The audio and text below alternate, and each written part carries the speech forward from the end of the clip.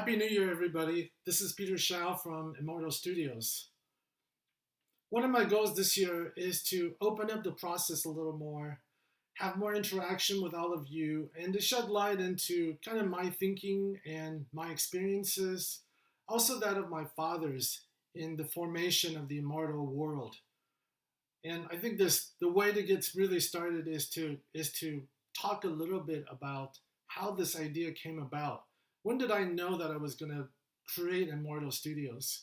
Well, this story actually happened 20 years ago when I was a younger man. I had worked in a variety of businesses and environments, and I decided to kind of take off from everything. And I took a spiritual sabbatical where I just spent years working on myself, learning, and really asking the question, what am I to do with the rest of my life? Now that I've accomplished some of my external worldly goals, they didn't seem to have the kind of delivery of fulfillment that I had thought or I wanted. So it was it was at a time when I was asking deeper, probing questions.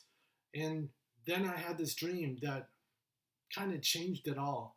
Before I go into the content of this dream, mind you that I am not one of those dream journalists where I am constantly writing down my dream journals and I'm having all these kinds of dream experiences. In fact, I've only had probably enough dreams to fill just one hand of really, really memorable things. So this is one of the dreams that really changed my life.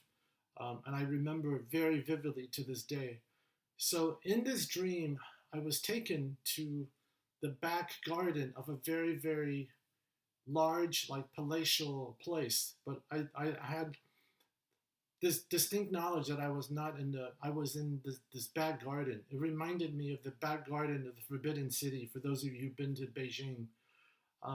I was alone, but I somehow had this guide that responded to my thoughts. So I asked the question of where was I? I'm in this back garden, and the answer was that I was in the back garden of the Akashic Records. For those of you who don't know, the Akashic Records, according to esoteric knowledge, is the place where all of the world's information is kept. So it's kind of a master hard drive of all data of the universe. I didn't know this at the time. I had to look up what Akashic Records meant. I had this vague recollection. So I'm in the back garden of the Akashic Records, and there was this building in front of me that drew my attention to it. So there was this pagoda-like building.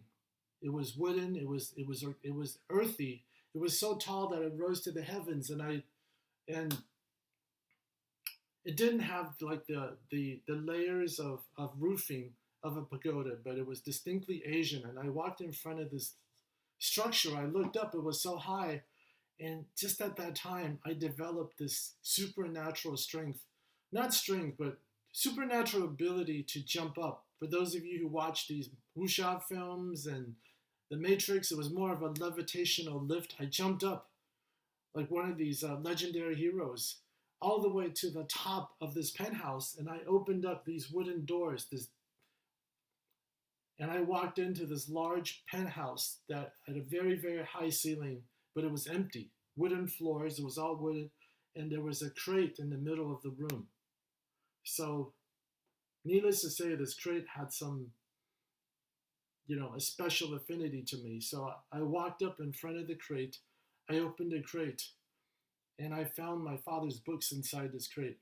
So I was naturally shocked and stunned because up until this point, I never had any kind of professional association with my father. I respected him. I loved him. I thought some of his ideas are really profound and interesting, but he was squarely stuck in ancient China, and I'm living here in the modern world. And I never thought that our paths would converge as one. So it was a little bit of a shocker that I found his books inside this crate in this dream that I had been given during the time I was asking for life directions. It would take me all of the next 20 years to unpack that. And different events came about, different deeper realizations. Eventually, I would find myself creating Immortal Studios that I am today.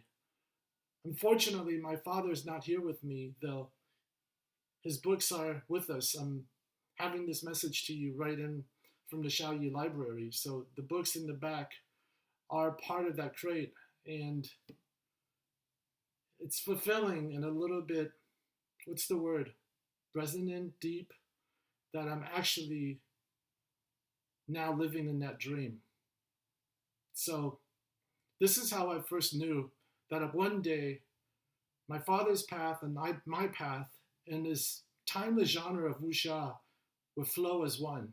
And we're all here today. So see you next week.